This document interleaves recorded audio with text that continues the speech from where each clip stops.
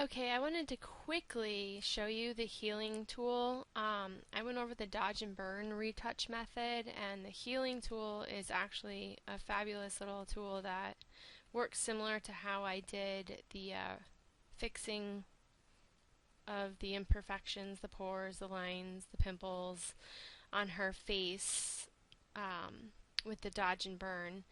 This one we're going to be using the healing, which is the healing brush tool.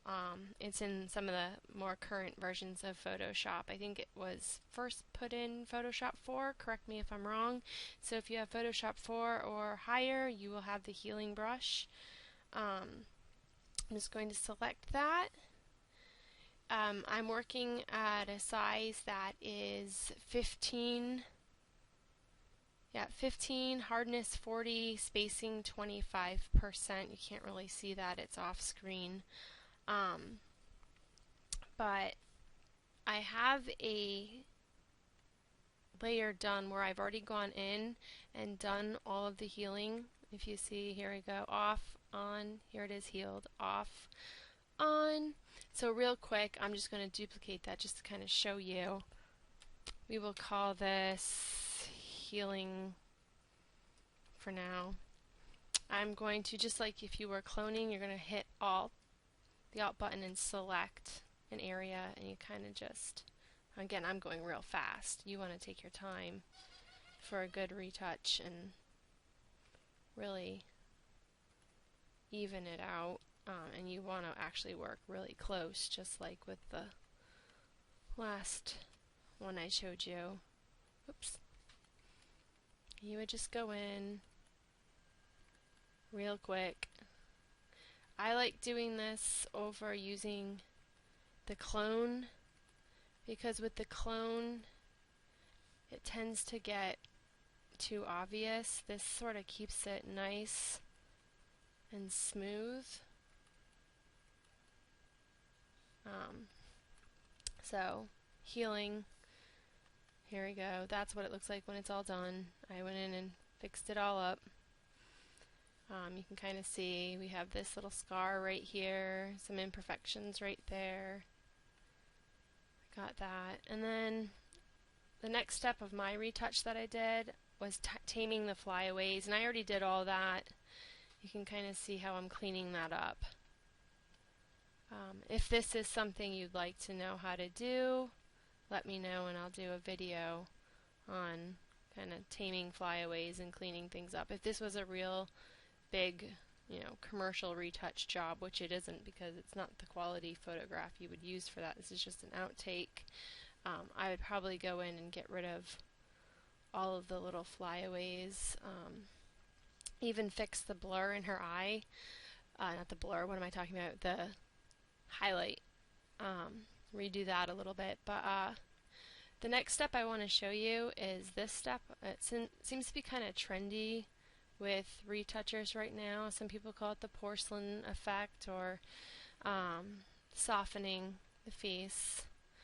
I would do this before I go in and add any makeup if I wanted to add more makeup in my retouch. But to show you how to do that, I'm going to just kind of duplicate my taming the flyaways layer here.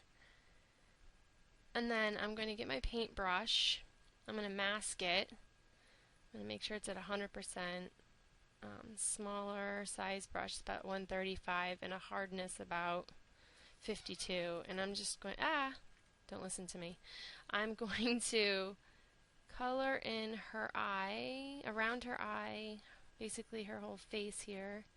This is just real quick to kind of give you an idea. You don't have to go over the eyebrows, but whatever. I'm not going to go much over the nose.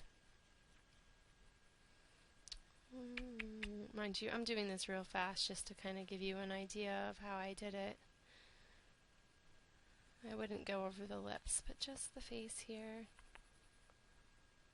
Just like this. Again, keep in mind I duplicated this layer, and I'll show you why in a second. Oh well, I'm going to just kind of take my eraser real quick and clean that up a bit. I'm going to go over the eyebrows. Make sure it's at 100. I don't need the eyebrows too colored in.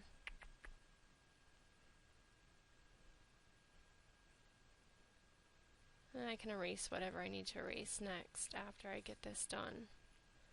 And I come in there. She looks kind of silly. And I'm just going to select inverse because I just want the inside of her face selected. And I'm going to go to filter and blur. And I'm just going to do, you could either do a Gaussian blur or a surface blur. I'm going to do surface blur for right now. I'm going to go about 23.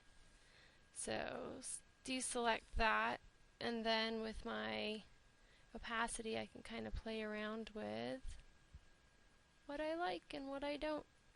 So I get that soft, evened skin tone like this in the end. I labeled it soft blur, but in the end it kind of looks like that. I can do a more in-depth version of this.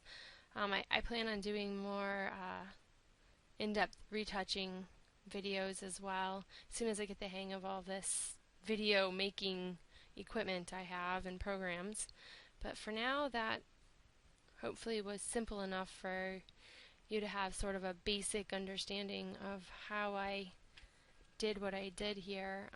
Remember, it was the healing tool, the healing brush tool specifically, not the spot healing brush tool, but the healing tool. So if you have any questions, just let me know.